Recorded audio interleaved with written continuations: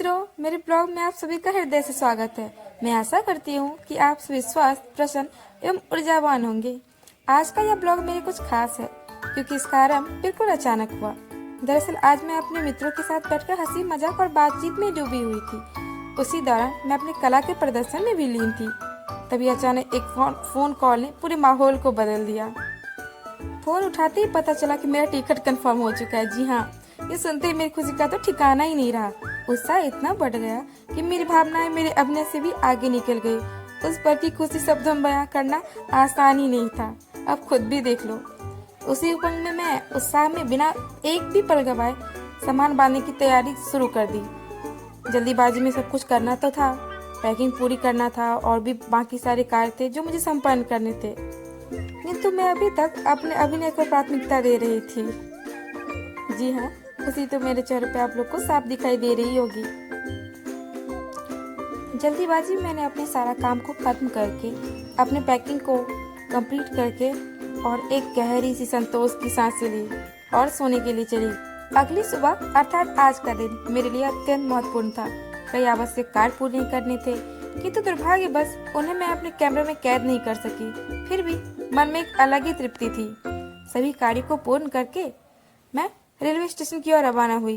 रास्ते भर यात्रा के छोटे छोटे आनंद लेते हुए आने वाले सफर के विचारों में खोई रही। मन में एक अनोखी सी उत्सुकता थी, एक ऐसी भावना जो हर यात्रा को विशेष बना देती है। और यही उत्सुकता, यही उमंग मेरी इस यात्रा की सबसे सुंदर शुरुआत थी। अपनी ट्रेन को प्लेटफॉर्म पर आते देख मेरा मन प्रसन्नता से भर उठा। मैं शीघ्रता से आगे बढ़ी और अपनी निर्धारित सीट पर जाके बैठ गई। समय को एक पल भी व्यर्थ न करते हुए मैंने अपने विश्राम की व्यवस्था की और सहज होकर अपनी सीट पर स्थिर हो गई। तत्पश्चात अपने मोबाइल फोन पर मधुर संगीत का आनंद लेने लगी। कब संध्या रात में परिवर्तित हो गई इसका मुझे आभास ही नहीं हुआ। धीरे धीरे भूख भी अपना संकेत देने लगी। सौभाग्यवश मैंने पहले से ही अपनी भोजन की व्यवस्था कर रखी थी। अंततः वहीं से भोजन लेकर आई थी और पूरे मनोयोग से अपनी पेट पूजा संपन्न की। यह भोजन केवल पेट ही नहीं, मन को भी तृप्त कर गया। भोजन के उपरांत मैं पुनः विश्राम के लिए लेट गई और अपने मोबाइल में चलचित्र का आनंद लेने लगी। किंतु ना जाने क्यों आधी रात के समय मेरा मन विचलित हो उठा। मैं उठी और बाहर के दृश्यों को अपने कैमरे में कैद करने लगी। ऐसा प्रतीत हो रहा था मानो अंधकार से घिरी उस रात्रि में बल्ब भी सूर्य का रूप धारण कर चुका हो। कुहासे ने प्रकाश को अपनी बाहों में समेट लिया था और वह दृश्य अत्यंत मनोहरी लग रहा था। रेल मार्ग आगे बढ़ता जा रहा था और इसके साथ साथ मेरी उत्सुकता भी निरंतर बढ़ती जा रही थी। इन्हीं विचारों में खोई हुई मैं एक गहरी संतोषपूर्ण सांस ली और पुनः निद्रा की गोद में समा गई। प्रातः काल आँख खुलते ही मैंने बाहर का दृश्य देखा। चारों ओर कुहासा ही कुहासा फैला हुआ था। शीत का ऐसा प्रकोप मानो प्रकृति ने अपनी पूरी शक्ति झोंक दी हो। मैंने चाय की गरम चुस्की ली और शांत भाव से बैठकर बाहरी दृश्यों का आनंद लेने लगी।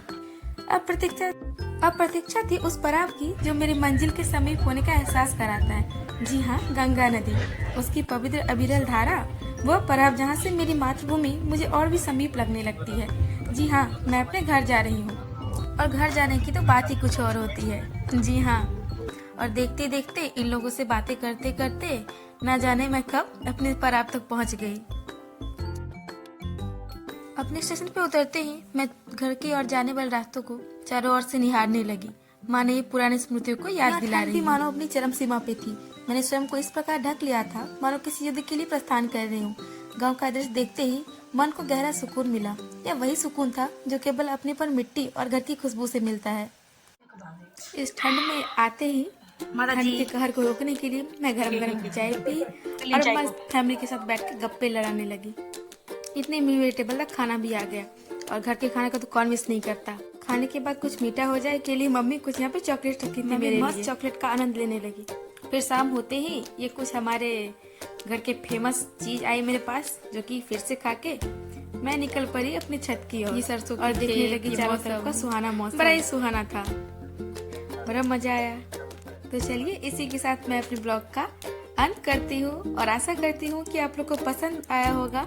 मिलते हैं हम नेक्स्ट ब्लॉग में। Bye bye.